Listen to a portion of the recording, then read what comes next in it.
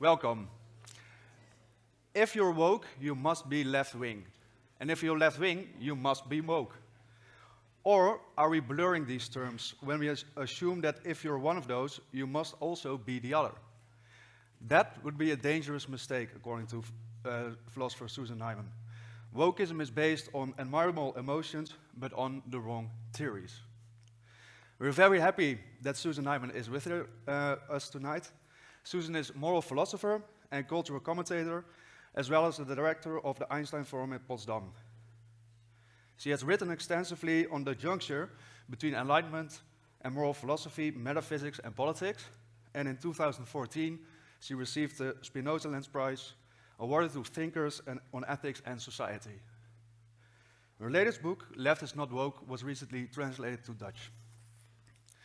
First, Susan Neiman will give a lecture of 40 minutes, after which she will have a conversation with Maarten Dolman. Maarten is a writer and philosopher at Maastricht University, as well as an extraordinary professor of historical culture of Germany on behalf of the Germany Institute, Amsterdam. Afterwards, there will also be time for you, the audience, to ask questions, and that's going to be like 15 minutes. My name is Noel Flemmix, program writer at Radboud Reflex, and I want to welcome you on this program organized by Radboud Reflex, Germany Institute Amsterdam, and Radboud Diversity, Equity and Inclusion Office. I wish you a wonderful evening. Now please give a warm welcome to Susan Neiman.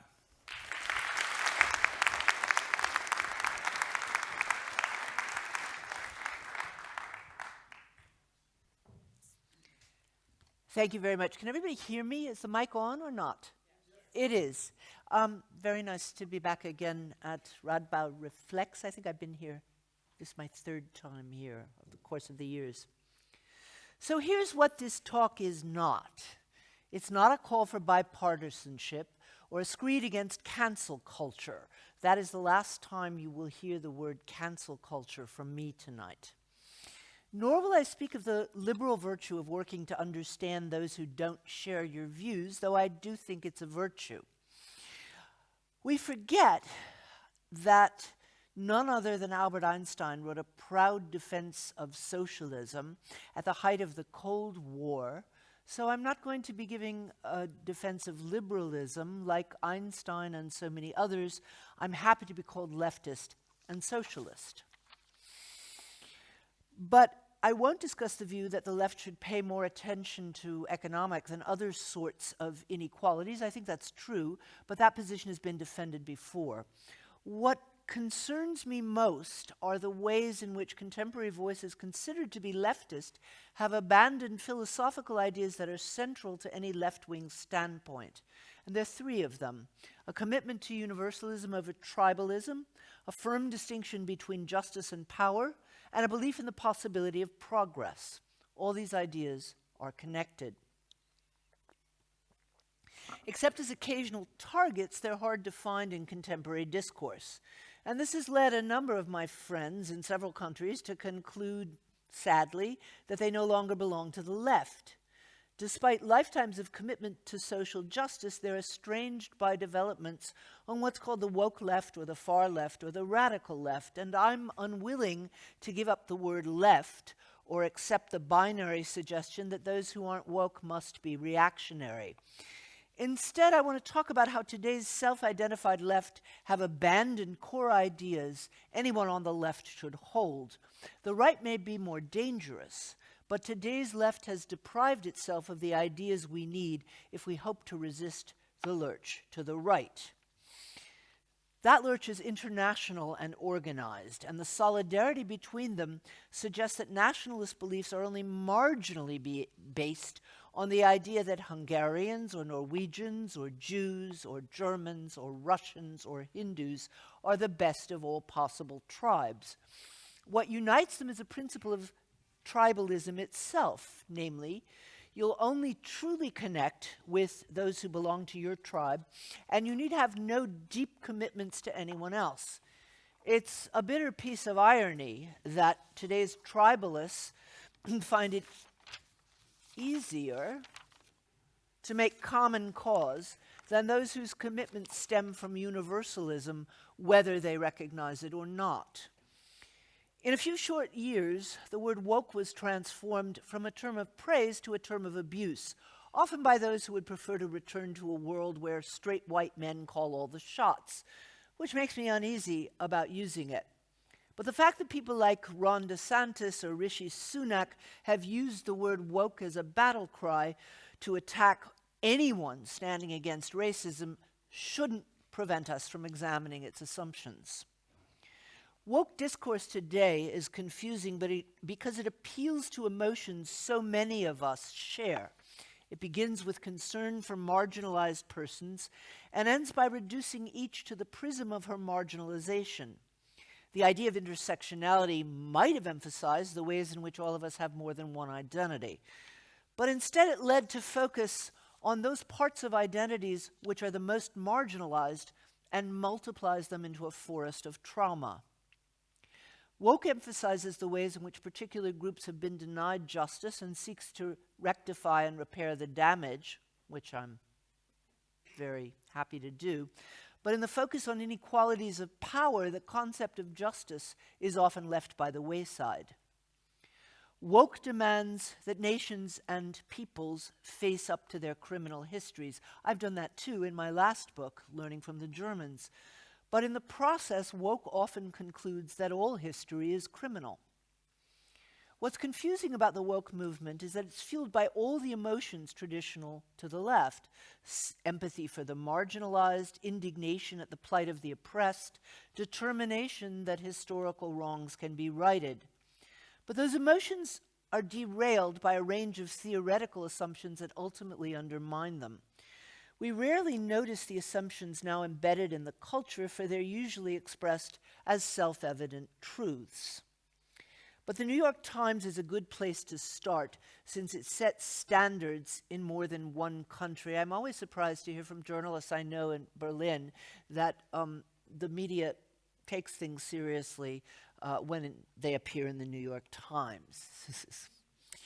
While the Times still embodies the mainstream liberal neoliberal consensus it always represented, since 2019 it's become increasingly demonstratively woke. Here's a sentence the paper of record, as it likes to call itself, printed in 2021, and I'm quoting, "Despite Vice President Kamala Harris's Indian roots, the Biden administration may prove less forgiving over Modi's Hindu nationalist agenda." I'm going to stop lecturing for a second and ask, does anybody know what's wrong with that sentence? I'm glad somebody's nodding.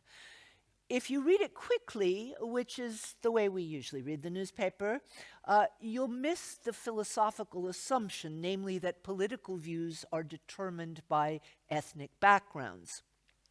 And if you know nothing about contemporary India, you'll miss the fact that the fiercest critics of Modi's violent nationalism are themselves Indian. The bolder among them call him fascist. Which do you find more essential, the accidents we're born with or the principles we consider and uphold? Traditionally, it was the right that focused on the first and the left that emphasized the second, and that tradition has now been turned around. It's not surprising that theories held by the woke undermine their empathetic emotions and emancipatory intentions, because those theories not only have strong reactionary roots, some of their authors were outright Nazis.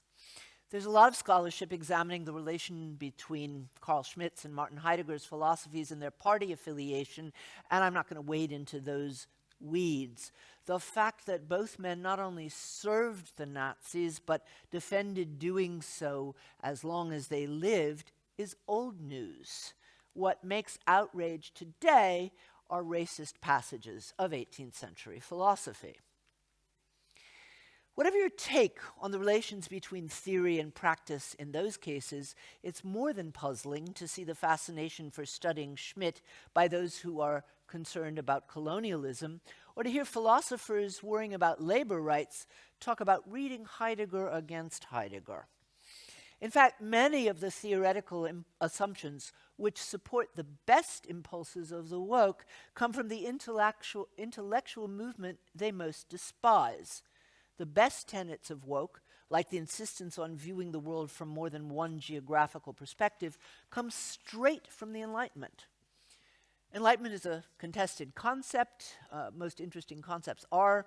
I'm going to use it to refer to an intellectual and political movement that began with the publication of Pierre Bayle's dictionary in 1698 and ended with Kant's death in 1804. Contemporary rejections of the Enlightenment usually go hand in hand without much knowledge of it. And the book from which this talk is excerpted was written in the hope that philosophy can untangle the confusions which theory has created and strengthen political practice in the process. You can't hope to make progress by sawing at the branch you don't know you're sitting on. Now, the concept of universalism once defined the left. International solidarity was its watchword. This was just what distinguished it from the right, which recognized no deep connections and few real obligations to anyone outside its own circle. The left demanded that the circle encompass the globe. That was what standing left meant, to care about striking coal miners in Wales, or volunteers in Republican Spain, or freedom fighters in South Africa, whether you came from their tribes or not. What united was not blood but conviction. First and foremost, the conviction that behind all the differences of time and space that separate us, human beings are deeply connected in a wealth of ways. To say that histories and geographies affect us is trivial. To say they determine us is false. Now, the opposite of universalism is often called identitarianism, but the word is misleading, for it suggests that our identities can be reduced to two dimensions at most. In fact, all of us have many, whose importance will vary in space and in time throughout our lives. As the philosopher Kwame Anthony Appiah puts it, quote, "Until the middle of the 20th century, no one who was asked about a person's identity would have mentioned race, sex, class, nationality, region, or religion." Quite amazing. But those who condemned essentializing not 2 decades past are now content to whittle all the elements of our identity down to 2. Even those who know that race is a social construction persist in giving those categories more power than they deserve. Indeed, the more consensus grows that racial categories have no place in science, the more tenaciously they play a role in political culture. The reduction of the multiple identities we all possess to race and gender isn't about appearances. The focus on 2 dimensions of human experience is a focus on those dimensions which experience the most generalizable trauma. This embodies a major shift that began in the mid-20th century. The subject of history was no longer the hero, but the victim. And here I'm just pointing to the theses of another book that I'm writing now. The impulse to shift our focus to the victims of history began as an act of justice. History had been the story of the victors, while the victims' voices went unheard. But now, what was recently a stigma has become a source of standing. Where painful origins and persecution were once acknowledged, as in the great American abolitionist Frederick Douglass's narratives, the pain was a prelude to overcoming it.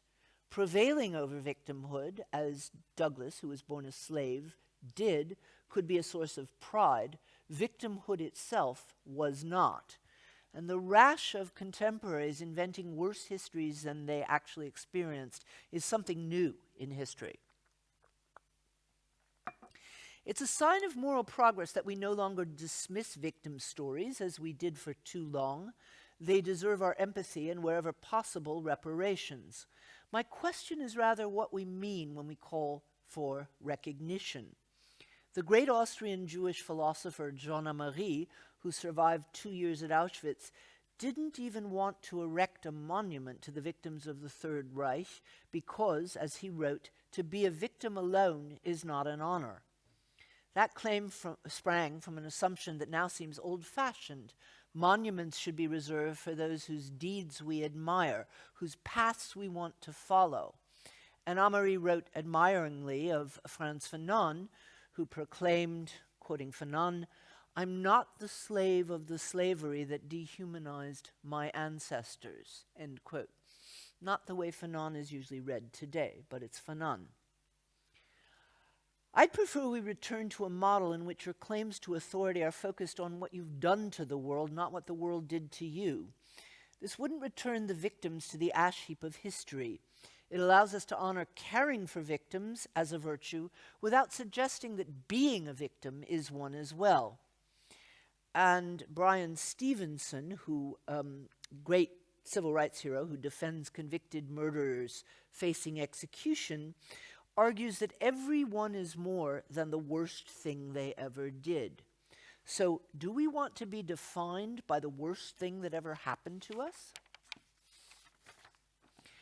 Universalism is under fire today because it's conflated with false universalism, the attempt to impose certain cultures on others in the name of an abstract humanity that turns out just to reflect a dominant culture's time, place, and interests.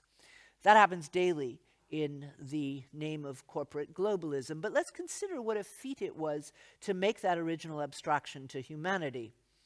Earlier assumptions were inherently particular, as earlier ideas of law were religious, down to the tiny Greek states whose goddesses provided refuge to people who were hounded by the goddesses of the city-state next door. I'm thinking of the Oresteia. Most religious laws had some provision for members of a different religion, although they were often most honored in the breach.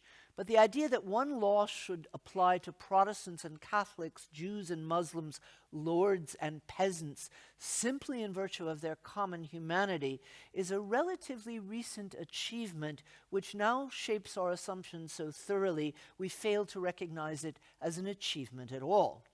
And we should honor that feat of abstraction, even by those Enlightenment thinkers who were unable to scale the towering achievement they'd wrought and got stuck on the rungs of local prejudice. Let's also consider the opposite, views like those of the Nazi legal theorist Carl Schmitt, who wrote that anyone who uses the word humanity wants to deceive you. Like many of his claims, this one was not original. He was echoing the right-wing thinker Joseph de Maistre, who wrote in 1797, I quote, "Now there's no such thing as man in the world. In my life I have seen Frenchmen, Italians, Russians, and so on. I even know, thanks to Montesquieu, that one can be Persian. But as for man, I declare I've never encountered him," end quote. Now, Schmitt is considerably more complicated, but rather more appalling. For Schmitt, not even all members of Homo sapiens are considered to be human. Indeed, Schmitt suggests that universal concepts like humanity are Jewish inventions meant to disguise particular Jewish interests seeking power in a non-Jewish society. That's an argument that's ominously close to the contemporary argument of post-colonialists that Enlightenment universalism disguises particular European interests seeking power in an increasingly non-white world. Neither counter-Enlightenment critic recognized that human is not an empirical concept, the sort of thing like dog or even Frenchman that you can pick out after a moment or two of examining them. Rather than echoing Schmitt's famous quote, you might say, whoever says humanity is making a normative claim. To recognize someone as human is to acknowledge a dignity in them that should be honored.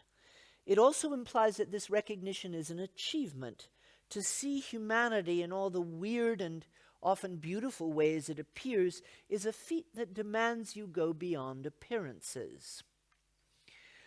Arendt thought that Adolf Eichmann should have been tried for crimes against humanity, not for crimes against the Jewish people, as he was indicted. It's a distinction that seemed trivial at the time and seemed even trivial when I first read it, but its importance is increasingly clear. My support for Black Lives Matter springs neither from tribal membership nor from guilt about wrongs committed by my ancestors. My ancestors were not plantation owners, but impoverished Eastern European Jews who emigrated to Chicago in the early 20th century. I support Black Lives Matter because the killing of unarmed people is a crime against humanity. But I'm not an ally.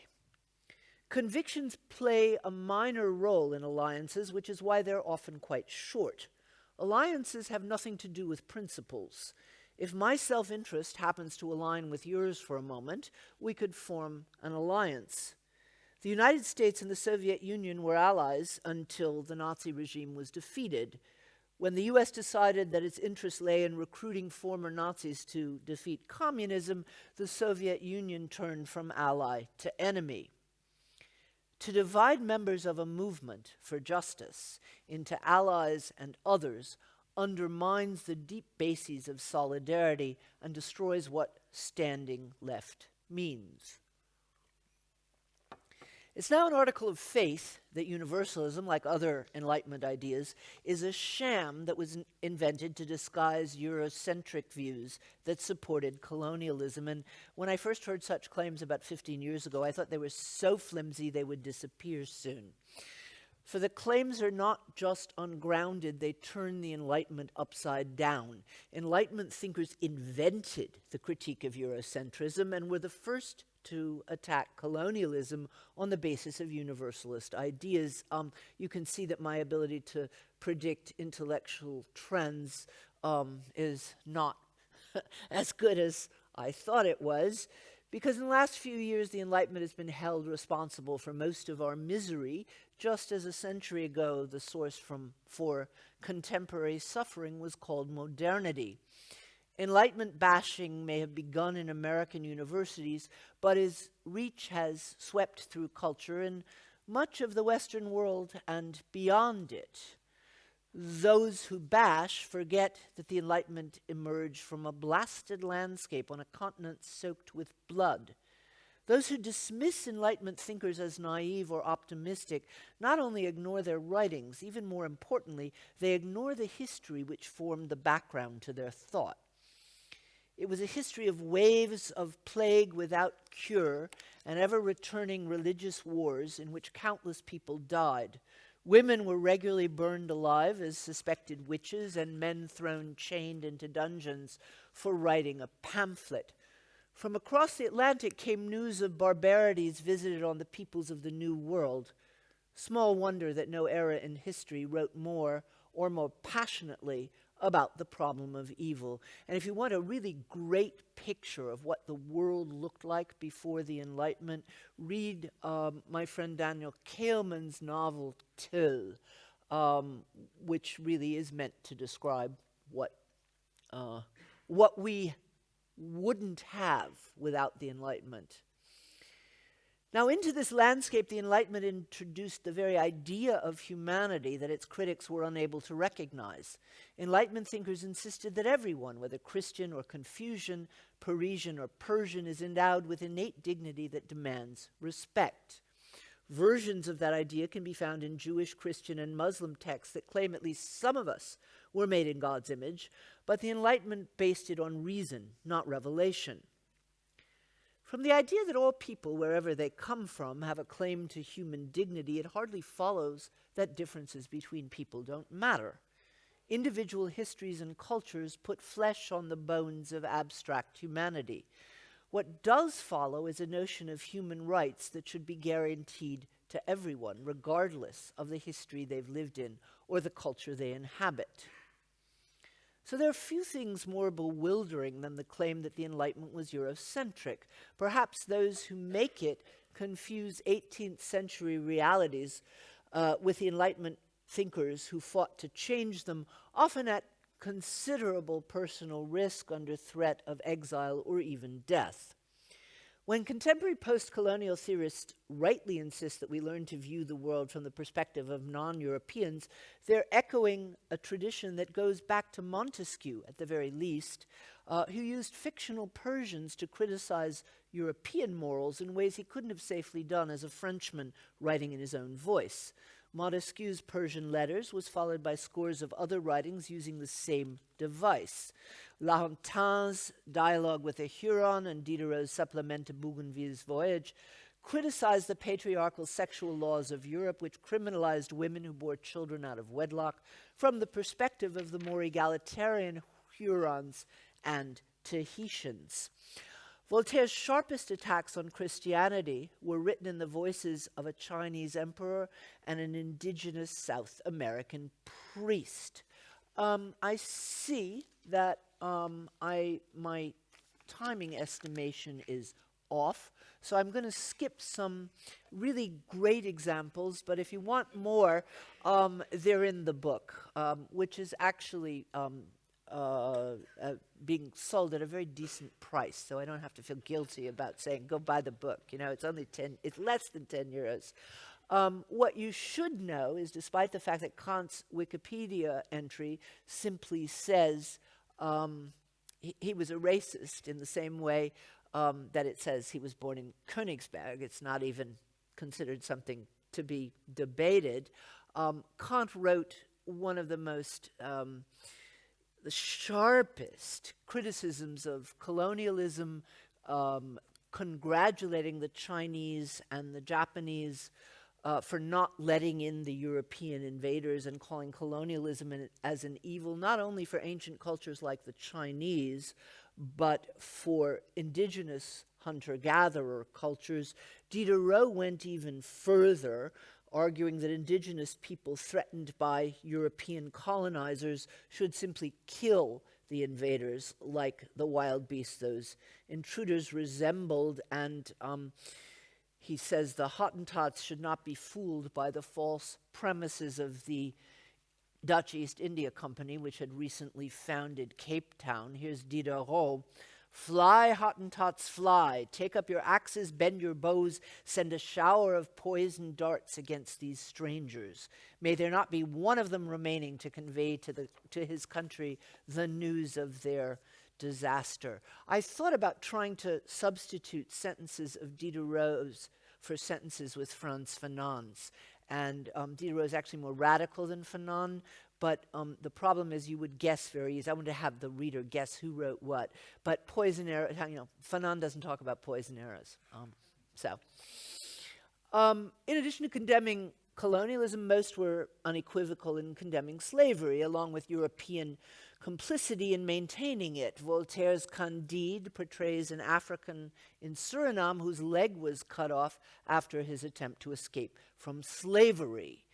And the enslaved man says, that's the price of your eating sugar in Europe. Like progressive intellectuals everywhere, radical Enlightenment thinkers were only partially successful. While they changed the thinking of their contemporaries on many questions, they did not succeed in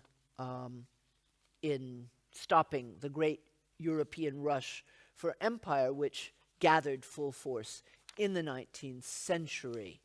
But I want to talk about, I began by saying there are three principles that belong both to liberals and to leftists, and I've talked about universalism. I want to talk about the other two. Some of you have read some philosophy and will remember the first book of Plato's Republic, featuring Thrasymachus, that postmodern young man who's survived several millennia. Socrates and his friends are trying to define justice and virtue. Thrasymachus bursts on the scene like a wild beast, says Plato, and says, what moves the real world is power. Talk of justice is bullshit. And every reincarnation of Thrasymachus is convinced that he's offering a bold and original revelation, namely that human affairs in general and politics in particular are nothing but self-serving strategies to conceal raw power struggles. Like his contemporary heirs, Thrasymachus sounds hard-headed, but the position is very easy. Maintaining it requires no more than expounding an occasional critique. Isn't it clear that any attempt to work for justice is worse than futile? Now, although both of them proclaim the primacy of power, Michel Foucault's account of power's mechanisms is very different from Thrasymachus's. The Greek sophist lived at a time when the powerful and the powerless were two clear and distinct subjects, a time that lasted, says Foucault, through the 18th century. In principle, if seldom in practice, liberation was still possible before the 18th century. You cut off the sovereign's head, and his subjects might, for a moment, escape subjugation. In the modern era, said Foucault, power is hidden and diffuse, expressed through a network of structures we rarely perceive. There's no point we can locate and challenge, especially because we're implicated in the very networks that constrain us. Foucault's discussions of how some forms of power work can be riveting, and his readers inevitably hope that those analyses will be not merely interesting, but, like any other critique of power, also liberating. Such hopes will be dashed by Foucault's view of what knowledge can do, for he explicitly says, and I quote, "Knowledge is malicious, something murderous, opposed to the happiness of mankind." Even stranger than progressive embrace of Michel Foucault is their fascination with Carl Schmitt. They share a rejection of the idea of universal humanity and the distinction between power and justice, along with a deep skepticism toward any idea of progress. What makes both of them interesting to progressive thinkers is their commitment to unmasking liberal hypocrisy. Whether Foucault's unmasking had a purpose other than subversion as an art form is an open question, but what's certain is that Schmitt's unmasking of liberal institutions was undertaken for the greater glory of the Third Reich, both before and after the war. Now, the concept of natural rights is contested, but whatever else they may be, human rights are meant to curb naked assertions of power. They insist that power is not the privilege of the strongest person in the neighborhood. It demands justification. Remember the history against which the claims to human rights arose. It was unthinkable that peasants and princes could stand anywhere on anything like the same footing. If the peasant took the prince's deer, he could be hanged. There are plenty of ballads talking about that. If the prince took the peasant's daughter, well, that was the way the world was. Universalist claims of justice meant to restrain simple assertions of power were often abused, from the American and French revolutions that first proclaimed them to the war in Iraq. Carl Schmitt wasn't wrong about that. He concluded that unvarnished power grabs like those of the Nazis are not only legal but legitimate. You may think that's the best we can do, or you may go to work to narrow the gap between ideals of justice and realities of power. While Foucault added to our understanding of the mechanisms of power in the modern world, I've suggested that neither he nor Schmitt promoted a new view about the relations between justice and power. In simplest form, their views go back to the sophists. Claims to justice are nothing but smokescreens for power-driven interests. It's a throwback to a world in which might makes right, which amounts to no concept of right at all. And what's new today is the number of worldviews that take them for granted.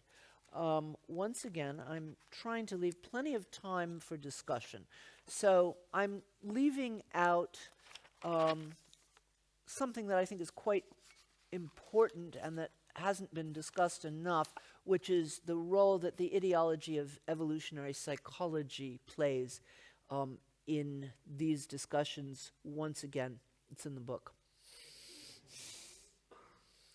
It's not accidental that most of those who used to call themselves leftists a generation ago now call themselves progressives. This is basic, essential idea number 3.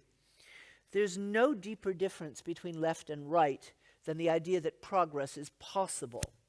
It wasn't an idea found in traditional conservative thought, which viewed history at best as static or circular, and at worst as a sad, slow decline from a mythic golden age.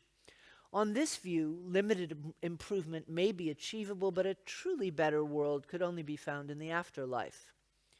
To stand on the left is to stand behind the idea that men and women can work together to make significant improvements in the real conditions of their own and others' lives.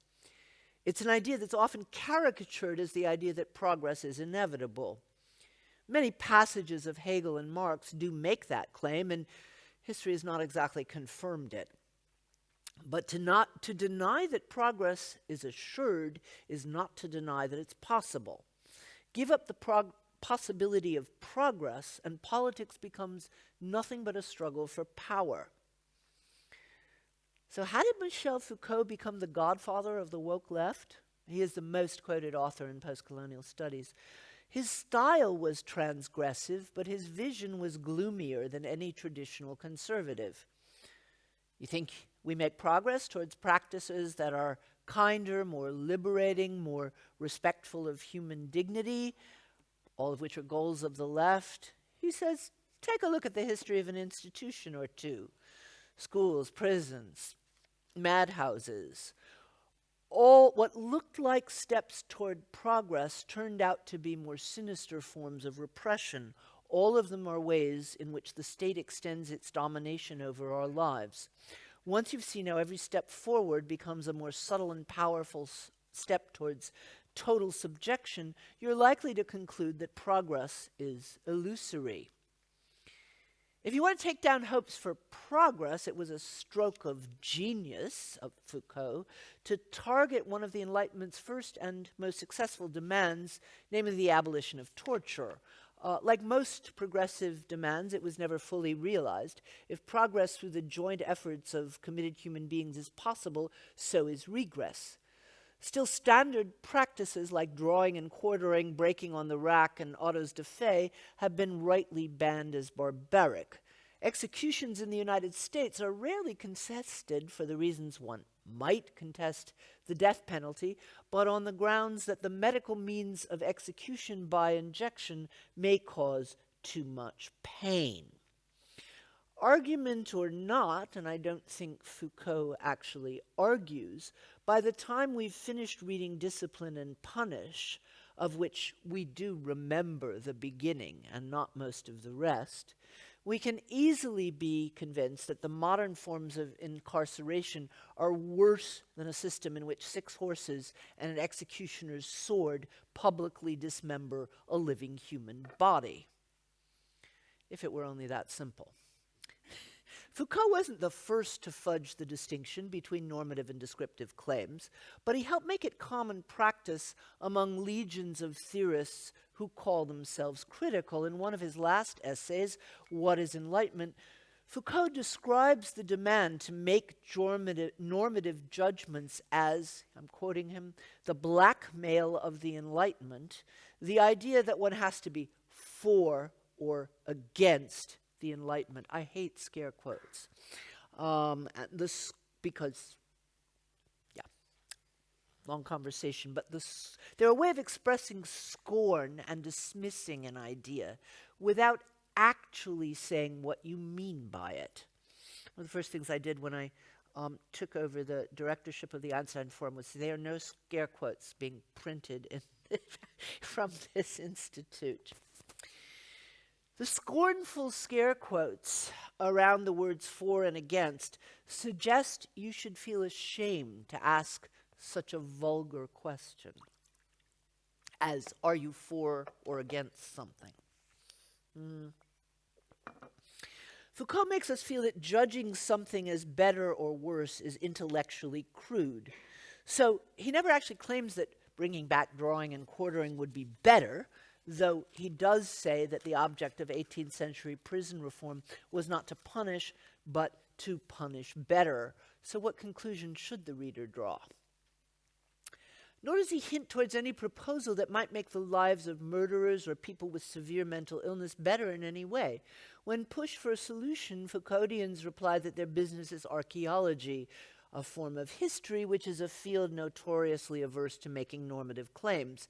Yet his vision of history is full of normative implications. Unlike those of conservatives, Foucault's histories don't begin with a golden age from which we've steadily declined. They're simply brutal forms of subjugation which are replaced by more refined ones, and after reading even a little of this, it's hard to avoid concluding that any attempt to make things better will only make them worse. Now, the belief that the Enlightenment thought progress inevitable has about the same basis as the belief that Enlightenment was fundamentally Eurocentric, namely none. More exactly, with few exceptions, Enlightenment thinkers' views of progress were the very opposite of the views ascribed to them today. Over and over, they proclaimed that progress is just barely possible.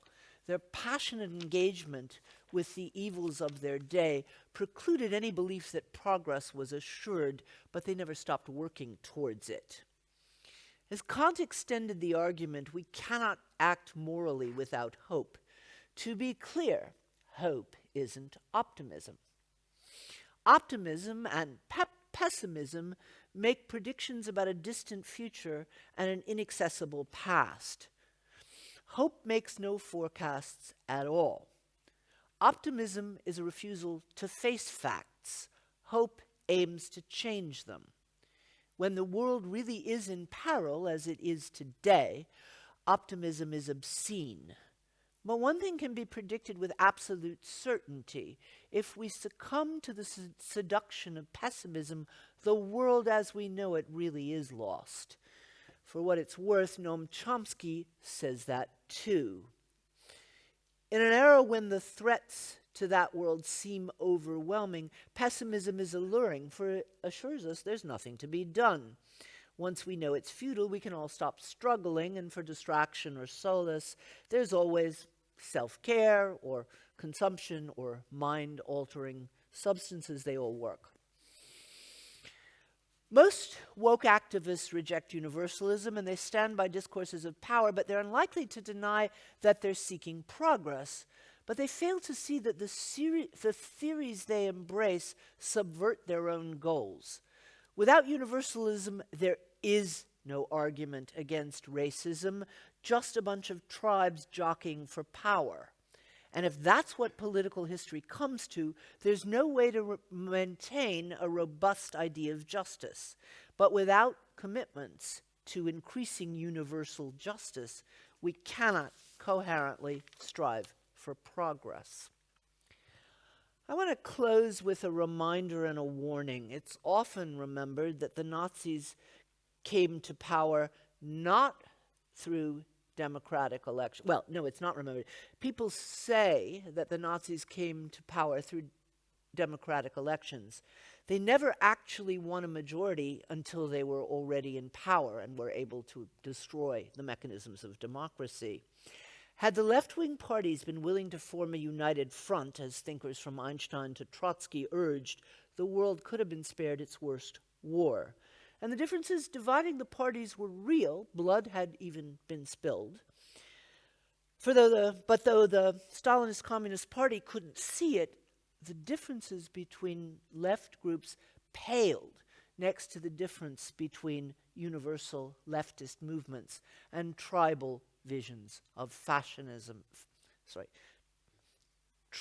Those differences paled next to the difference between universal leftist movements and tribal visions of fascism. That's not a mistake we can afford to make again today. Thank you.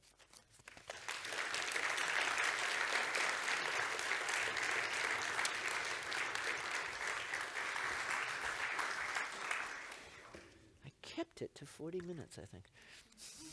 41. Can you hear me? Is my microphone on? Can you hear me on the backside? Okay.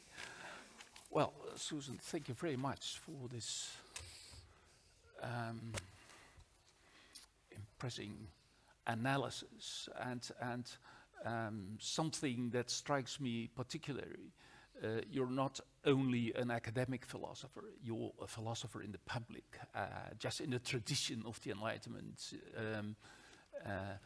You want to share the philosophical insights. And I read on your website a quote from a Bulgarian Ivan. a Bulgarian political Ivan scientist, Kostev, yeah. Ivan Kostev, and he said philosophy for Susan Neiman is a martial art. I was pleased with that. Yeah, that was nice. Yeah. You have been in the United States for 6 weeks on a tour. So my first question to you would be, how was it to be there? Because we all know that debates are rather tough, specifically when they refer to wokeness. How was it? And is there a gap between the new continent and the old continent, between the discourse in the United States and Europe, or do you think that? So I am afraid I was preparing myself for shitstorms, and I'm afraid I may have only been speaking to friendly audiences because I think after my first talk, and it was always discussions. Americans don't sit still and listen to a 40-minute lecture usually, unless they're in a university. That's very rare. So it was all discussions with very interesting people, some of whom I knew already and some of whom I didn't. And after the first one, and I saw people sort of nodding and smiling, I started saying, this book is, it evolved from conversations that you've been having in private but won't say in public. And everybody just kind of laughed and smiled. So actually, so far, I haven't gotten any pushback. Now, I was there for 6 weeks, but not only talking about this book, I was talking about other things. So the book has only been out for a month, both in the US and in Holland and Flanders. So I'm waiting. But I've seen a couple of little nasty comments on Twitter, but nothing really, and I don't know. I mean, what one hopes is that my arguments are so convincing, but we'll see. What do you think people might say to critically? I don't think one thing that I can say in partial answer to your question, it's really shocking. Sometimes Americans, or they want to do a podcast with me or something, and they'll say, well, in America, and I say, guys, we're having the same conversation. I know that we're having almost exactly the same conversation in Germany and in England, and my sense is also in Holland. I'm told that it's slightly different in France. But, they're arguing about le wokism in the same way that other people are. So this is I know this is an international conversation because the Koreans are bringing the book out in August. Now, maybe I'll find out what kind of woke problems they're having in Korea. I have no idea of that discussion. But I actually think that there's been a moment that had to do with the particular things in history, and it's become an international conversation. I do know. Well, yeah. Let me stop there and go on to your next question. Yeah. Well, if I might go back to your lecture and also to your book that I can absolutely recommend because it's not only readable but quite substantial as well. If I may go back to your arguments, then you basically say that the left gave up 3 important principles. The first principle being universalism, the belief in universal values. The second, that the left reduced justice to politics of power. And the third, progress. If I may go to the first now, then what immediately strikes me and what I hear in your lecture is that this is the program of the Enlightenment. And the Enlightenment is quite present in most of your work. It's immensely important, I think, as a movement of emancipation and a movement of freedom and political values. My question to you is, how is the Enlightenment exactly related to the debate of wokeness? Well, because the standard woke line, and it comes from post-colonial theory, argues that the Enlightenment was a white male European movement which called certain values universal in order to impose European values on the rest of the world. You know, it's a kind of a riff on Thrasymachus, basically, all right? And you're right, I've written a lot about the Enlightenment. The one thing I never wrote about at any length was this claim, because I just thought it was so silly. But it turns out to be the claim that's the most popular. It's in Wikipedia entries. You say the word Enlightenment to people in, you know, at least all the countries I've been in lately, and they say, but colonialism. You know, it's just... what that means is if you immediately say that something is colonialist, racist, and Eurocentric, people feel they don't have to read it, they don't have to think about it, and they can dismiss any idea that came from it. But aren't you a bit too optimistic in your interpretation of the Enlightenment? I mean, there has been an immense load of criticism during the last half century and even more. Let's start with Foucault. You name him a slippery thinker, right? And you refer to that fantastic interview on Dutch television, broadcasted in 1970, Great. in which Noam Chomsky tries to discuss with Foucault in French and Chomsky in English. And then I think you write it in your book, or you said it somewhere, after that discussion, Chomsky said, Foucault, I've never met a man that was more amoral than Foucault. Right. Everybody should watch that, by the way. It's on YouTube. It's an hour. It's really informative. But still then, I mean, Foucault had a kind of criticism meant to sustain emancipation. And I think it's difficult to deny that he played a certain role in that, in identifying structures of power and in identifying specific discourses. And if it was not Foucault, it were others who did. And I immediately admit that in those postmodern traditions, there's a lot of incomprehensible, very difficult, understandable philosophy. But still then, do you really see him only as an enemy of emancipation? It's funny, when I was writing this book, I really wanted feedback. I wanted not to make mistakes that were avoidable.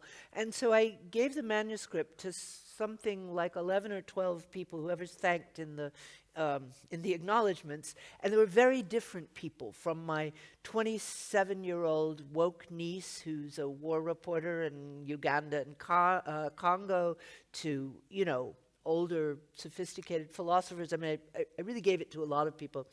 And one of those philosophers, Philip Kitcher, said I was being unfair to Foucault, and he had once had a conversation with Foucault that lasted 3 hours, and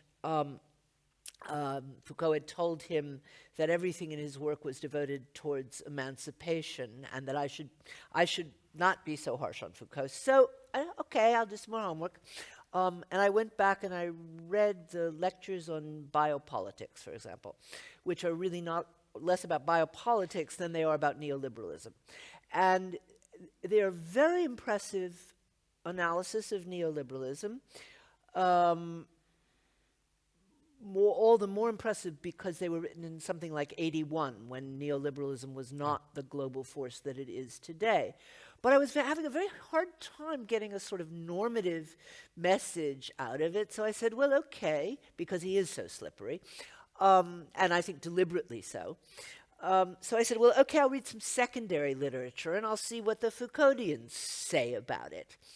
And there was an entire fairly recent edited volume, all by Foucault scholars, on those lectures, they could not agree whether he was for or against neoliberalism.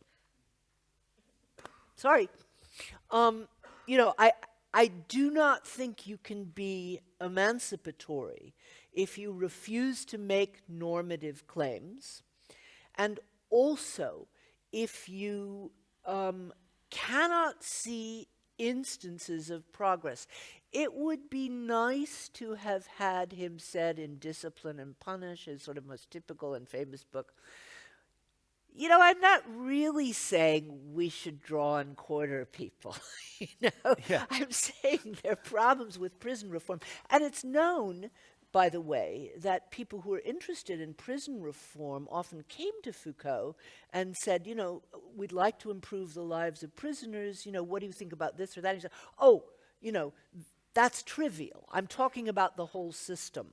It doesn't matter that they should get more visiting time. No, I agree. There's a certain arrogance that you would not expect from a philosopher. Well, it's arrogance and childishness. I mean, 18-year-olds who also say, those improvements are trivial. I want to overturn everything. Still then, can't you say that we need a kind of division of labor even in philosophy, and that there are philosophers who are quite good in giving an analysis of things that are really wrong, the pessimists like Nietzsche and Schopenhauer and like Foucault and others.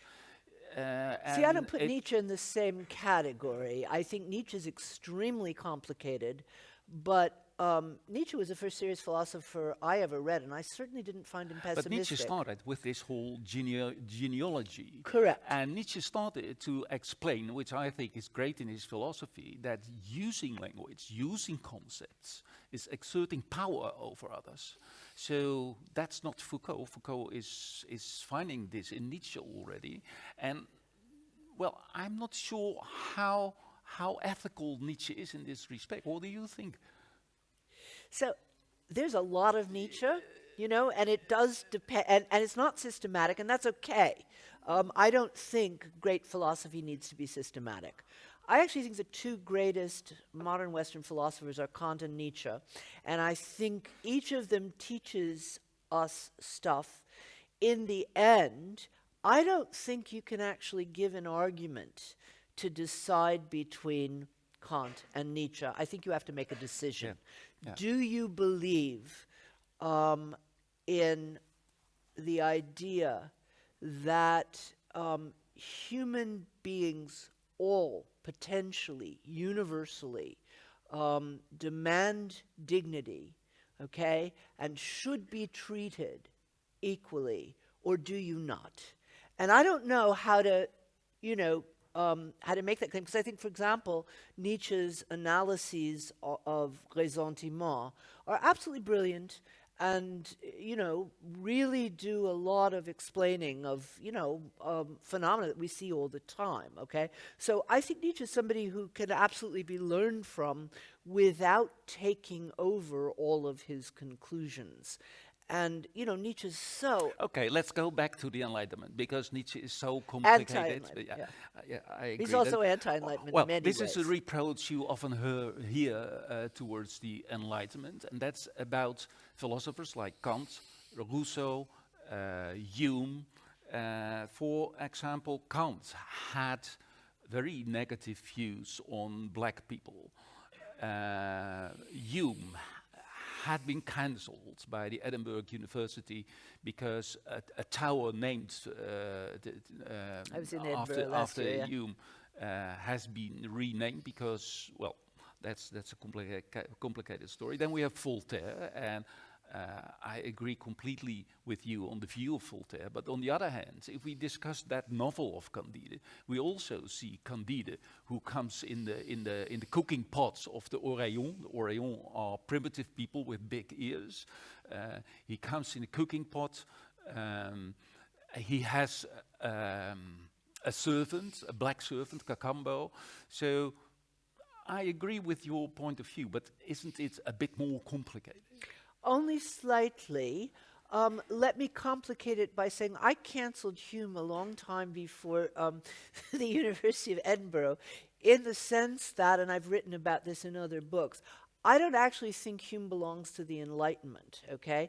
Hume only belongs to the Enlightenment if you think that atheism is central to the Enlightenment, and it's not. Anti-clericalism is central to the Enlightenment, but they were by no means all atheists, as you of course know. On all other things that were central to the Enlightenment, universalism, a belief in the power of reason, a belief in the concept of progress. Hume is an old Tory, okay? And, it's not surprising that Edmund Burke, gets so much fuel from Hume. So let me, again, I've argued about this in other books, but let's leave Hume out of the question for a moment, and let's talk about Kant, okay? And I make perhaps it's too, I tried too hard to word it elegantly so that the point got missed. When I talked about philosophers who proved unable to scale the achievement they wrought and got stuck on the rungs of local prejudice. Yeah, there's some appalling remarks that Kant made about Africans, that he seems, it's early Kant, who is more influenced by Hume, by the way, okay? Hume really was a race, there's no question about it. He makes a couple of problematic remarks about Jews, and he's absolutely awful about women, okay? Most of them were, by the way, all right? But what he did was to give us the bases, the theoretical bases for overcoming all those kinds of prejudices. And to say that he wasn't able to, achieve, to realize all of his ideas, I think Kant would have agreed with that. And I think Kant would have said, well, look at them. They've actually gone further than I have. There's moral progress. Same to be said of Voltaire. As for, in the same passage where they're going to South America, he's also condemning slavery in Suriname in no uncertain terms, and European complicity in supporting slavery. Let's not forget that, travel in those days. Even Goethe, who was wealthy and, adventurous and more privileged than either in those senses, Voltaire or Kant, he never made it further than Sicily.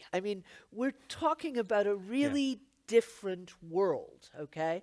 But the fact that all of them were able to read and were fascinated by reading reports of people who did travel, and were able to imagine Europe from the perspective of non-Europeans is something that, we've got to acknowledge. They gave us the basis, and we're standing on their shoulders. It's like we're having an argument in the United States about Abraham Lincoln.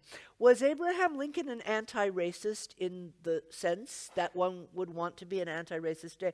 Of course not. He was murdered in 1865, okay? But he was murdered and gave his life for the civil rights of so you African Americans. mean this kind of arguments is the wrong kind of cherry picking and finding a Yeah, detail. absolutely. You need to look at the. You need to look at the. I had an argument with a professor of Korean studies recently, who had, she must have done it with a, one of these automatic algorithm searches, and she had found some somewhat contemptuous remarks about China in Kant. And I said, what about the passage where he talks about, congratulates the Chinese for not letting in the Europeans?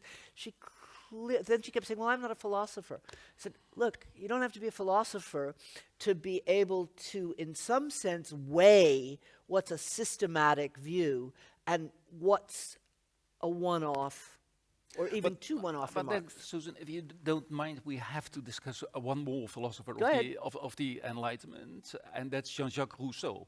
Ah, love You're him. dealing with him in your beautiful book, Growing Up, and maybe not so much in this book, but Rousseau is another example of is an example of an enlightened philosopher that, in the first place, he wrote about women, that their natural place, and natural is important in his philosophy, that her natural place was at home and being a mother. And then what I think is more important in the respect of your book, because you say the third thing that left has forgotten is the importance of progress, then if there's one philosopher in the Enlightenment who's fighting the whole concept of progress, it's Rousseau. So how do you deal with that paradox? Okay, let me just remind you, just another nice quote of Rousseau's that's from one of the comments, I think, after the second discourse, where he talks about Africa, and he says, the whole of Africa has been explored by people more interested in filling their purses than their minds. He also argues that it was opening a can of worms, but he thinks that if the Jews had a state of their own, there would be less anti-Semitism and fewer problems. It hasn't turned out to be true, but that's a conversation for another day. Women. If I were going to deprive myself of every author, musician, painter who had ever said something sexist, first of all, I think there are about two philosophers in history, one being Plato and the other being John Stuart Mill, who I could read. And, I would have to leave out most of the art of the world. I could do that, but I don't think I would be the wiser or the richer for it. So I can read those, read or enjoy or watch those things with a critical mind. I feel like, and I hope most younger women today are, sufficiently self-reflective to be able to say, this is not going to pollute me. This is not going to damage me to read, Tolstoy or, listen to Figaro or whatever it is. I just say they were extraordinarily backward about women.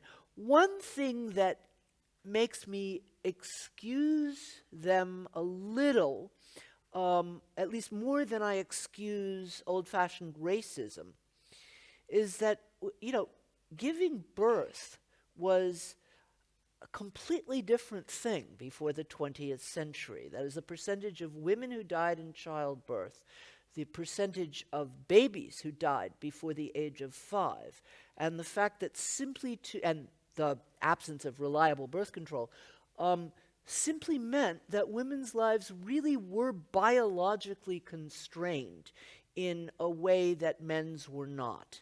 And I think it was extremely hard for people to imagine that being otherwise. I mean, I'm not entirely letting them off the hook, but I get it, okay?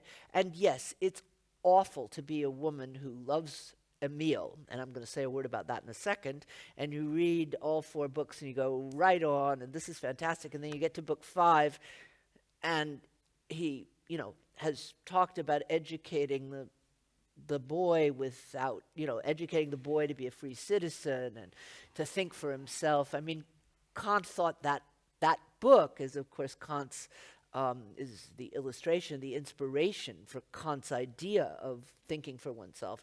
And then you get to chapter 5 or book 5 when Sophie, the girl, is introduced, and you think, oh, no, he's just gone back on everything.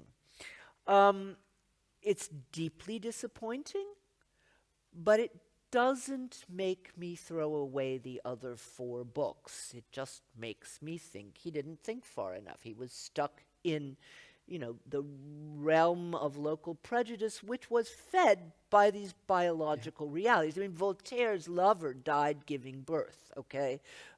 So it wasn't even, the peasants out there. It was a real fact of life. About progress, you see.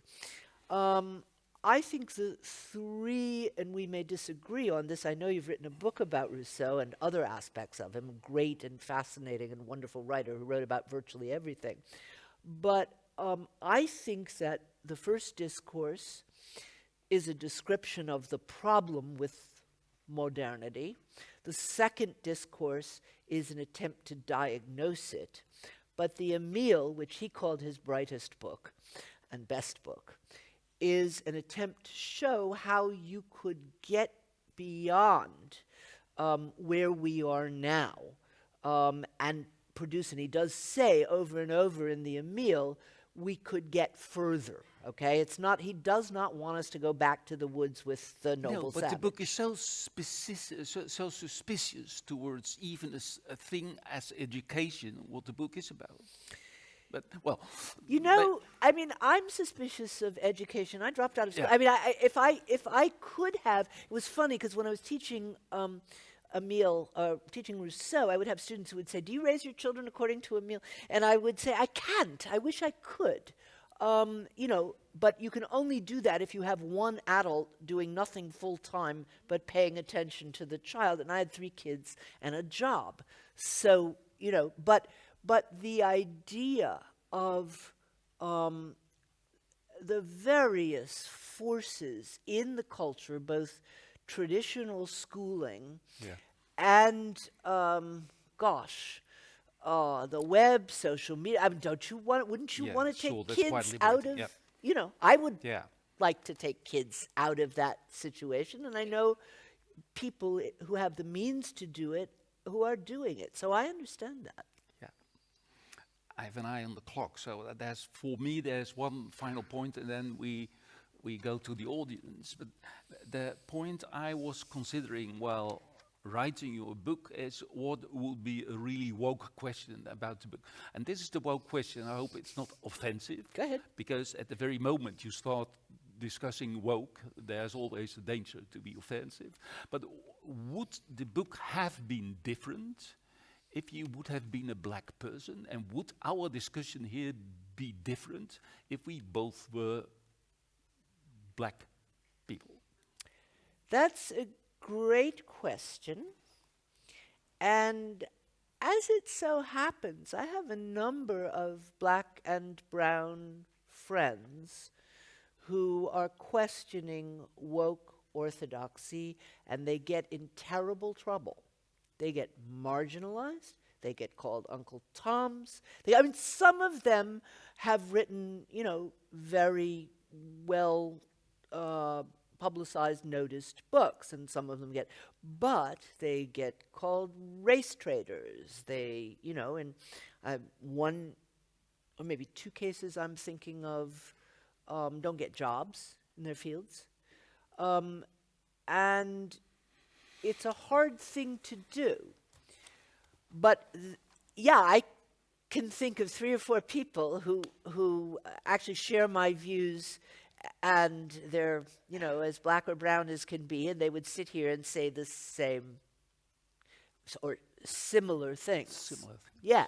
So, I mean, and they're livid at the idea that their ideas should be determined by their color, okay? They find it deeply offensive.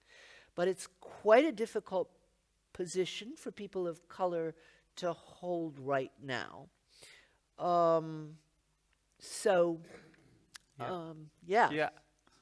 We have to consider this time and again, I think. This question, I mean. I'm hoping that more people of color, once again, will speak out, because I know that there are quite a lot of people of color who are saying it in private. And so the question is, and one reason for writing this book was, to encourage people of different colors and backgrounds to speak up, because every single conversation that I have had, well, not every single, but I would say 2/3 of just the social conversations I've had in the last 2 years, wherever I've had them, have somehow come down to this, whether I said I was working on it or not. But I asked John McWhorter, whose book Woke Racism is a brave and excellent book on the subject that did certainly extremely well in the United States. And he was talking about, he said, you know, we're getting a group of black critical people together. He said, I wish we had more we get called conservative, but I can live with that, you know, you just have to get used to it. But I wish we had more women. And I said, can you use a white woman? He said, nope, sorry, won't do any good, you know. At this moment in time, at least in the United States, it won't, you know, it's quite hard. But there are people who are working on it.